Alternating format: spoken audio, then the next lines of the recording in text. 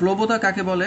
কোনো বস্তুকে যখন তরল বা বায়বীয় পদার্থের মধ্যে সম্পূর্ণ বা আংশিক নিমজ্জিত করা হয় তখন বস্তুর উপরে একটা ঊর্ধ্বমুখী বল সৃষ্টি হয়, আমরা সেই বলকেই বলি প্লবতা। প্লবতার বিষয়টা হচ্ছে এরকম, যে কোনো বস্তুকে আমরা যখন তরলের মধ্যে ডুবাই, আমরা ধরলাম এখানে একটা তরল ধরে আমরা কল্পনা করতেছি এই তরলের মধ্যে আমরা একটা বস্তুকে ডুবাই ফেললাম, যেই বস্তুটার এই তরলের ক্ষেত্রফল হচ্ছে এ পরিমাণ আর বস্তুটার নিজস্ব উচ্চতা হচ্ছে এইচ পরিমাণ।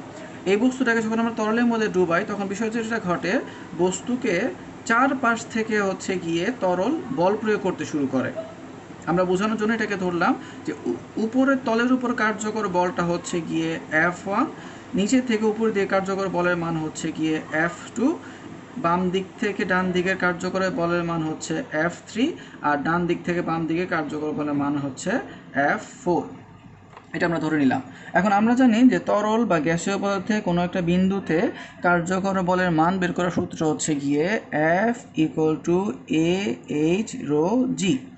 তো আমাদের এখন এইখানে আসলে দেখা যাবে কি এই সূত্র অ্যাপ্লাই করলে এই F3 এবং F4 এর মান হুবহু ইকুয়াল আসবে, কারণ হচ্ছে এই সূত্রের মধ্যে এ একই বস্তুর ক্ষেত্রে এই পাশে পৃষ্ঠ আর এই পাশে পৃষ্ঠ হচ্ছে পরস্পরের সমান, রো এবং জিও ধ্রুবক যেহেতু একই তরলের মধ্যে ডুবানো, আর এইচটা গভীরতা হচ্ছে এইখান থেকে এটার গভীরতা যতটুকু এইখান থেকে এটার গভীরতাও ঠিক ততটুকু। তার মানে সবগুলো রাশি সমান হওয়ার কারণে F3 এর মান এবং F4 এর মান পরস্পরের সমান কিন্তু পরস্পরের বিপরীতমুখী।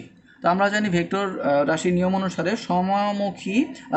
সমমানের দুটি বিপরীতমুখী ভেক্টর রাশির মোট বলের মান শূন্য হয়ে যায় সবসময়, অর্থাৎ এদিক থেকে 2 নিউটন এদিক থেকে 2 নিউটন কার্যকর হলে দুইটা মিলে 0 হয়ে যাবে। আমাদের মূলত ক্রিয়া করবে হচ্ছে F1 বলটা আর F2 বলটা। এরা কিভাবে ক্রিয়া করবে? F1 বলের ক্ষেত্রে আমরা ধরলাম যে আমাদের এইখানে এই তলটার ক্ষেত্রফল হচ্ছে এ, এটার ক্ষেত্রফল হচ্ছে এ, অর্থাৎ দুইটার জন্যই তাহলে এ ক্ষেত্রফলটা এখানে ফিক্সড, কিন্তু এখানে পার্থক্য করবে হচ্ছে গিয়ে এই গভীরতাটা। উপরের তলটা পানির উপরের লেভেল বা সারফেস এরিয়া থেকে আছে H1 গভীরতার, আর নিচের যে তলটা সেটা পানির উপরের তল থেকে আছে হচ্ছে গিয়ে H2 গভীরতায়। তো H1 গভীরতা তাহলে F1 বলের মানটা কত আসবে, যেটা আসলে নিম্নমুখী সেটার মান তাহলে আসবে AH1 ρg, আর H2 গভীরতা নিম্নতলের উপর কার্যকর যে ঊর্ধ্বমুখী বল অর্থাৎ F2 সেটার মান তাহলে আসবে হচ্ছে AH2 ρg।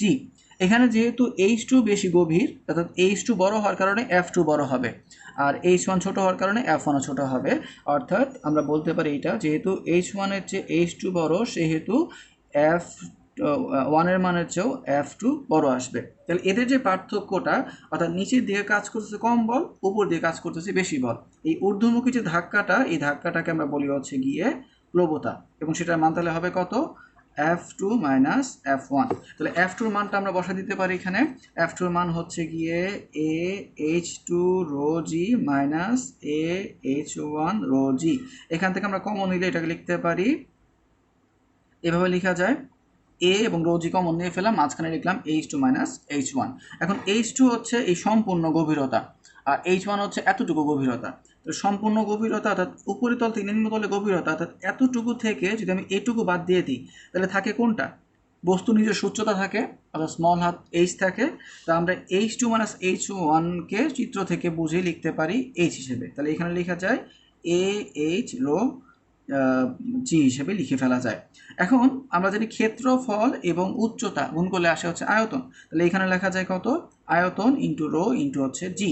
তো আমরা জানি যে ঘনত্বের রাশিমালা ছিল হচ্ছে রো = m/v, তাহলে আমরা লিখতে পারি যে m = হচ্ছে v এবং রো, অর্থাৎ আয়তন এবং ঘনত্বকে গুণ করলে ভর পাওয়া যায়, তাহলে আমরা ভির পরিবর্তে ভর লিখতে পারি।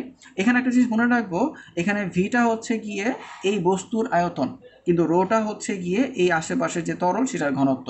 তাহলে আমরা বস্তুর আয়তনের সাথে গুণ করছি তরলের ঘনত্বকে, আমাদের ভরটা তাহলে কার ভর আসবে, যে এমটা আমরা পাবো সেই এমটা হবে তাহলে যার ঘনত্ব তার অর্থাৎ তরলের, কিন্তু কতটুকু তরলের, সেই তরলটা হচ্ছে এই বস্তুর আয়তন সমান পরিমাণের, অর্থাৎ বস্তুর সম আয়তন পরিমাণ তরলের যতটুকু ভর সেটাই হচ্ছে এম, তার সাথে যে গুণ করে দিলে আমরা পাবো সেটার ওজন। তাহলে আমরা বলতে পারি লাস্টে যে মানটা হবে সেটা হবে হচ্ছে গিয়ে আমাদের পানিতে বা তরলে নিমজ্জিত বস্তুর সম আয়তনের তরলের ওজন। তো আমরা এইটা হচ্ছে ম্যাথের ক্ষেত্রে আমরা প্রুফ করে দেখাতে পারি।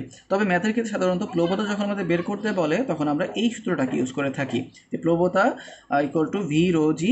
ভি হচ্ছে বস্তুর আয়তন, রো হচ্ছে তরলের ঘনত্ব যার মধ্যে বস্তুকে ডুবানো হলো, আর জি হচ্ছে অভিকর্ষ ত্বরণ।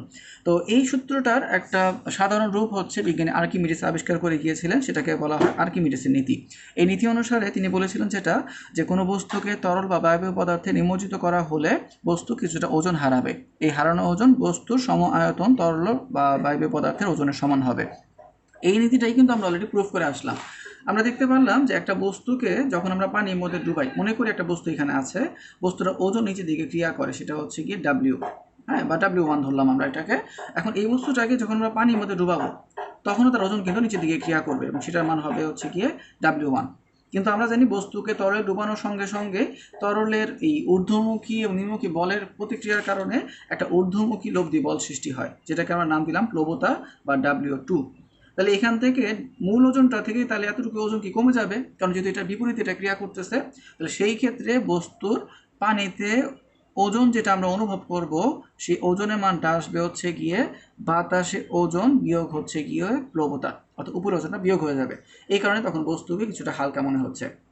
অর্থাৎ বস্তু আগে ছিল ওজন W1, কিন্তু পানিতে ডুবানোর সঙ্গে সঙ্গে সেটা হয়ে গেল এখন W1 মাইনাস W2। এই পরিমাণ ওজন বা প্লবতা পরিমাণ ওজন কমে যাচ্ছে। তো প্লবতাটা কিসের সমান? প্লবতাটা হচ্ছে গিয়ে বস্তু সম আয়তনে তরলের ওজনের সমান। তো সেই বিষয়টাই কিন্তু আমাদের আর্কিমিডিস বলছেন যে বস্তুর যে পরিমাণ ওজন হারায় যাবে সেটা হবে ওই বস্তু সমান আয়তনে তরল বা বায়বীয় পদার্থের ওজনের সমান।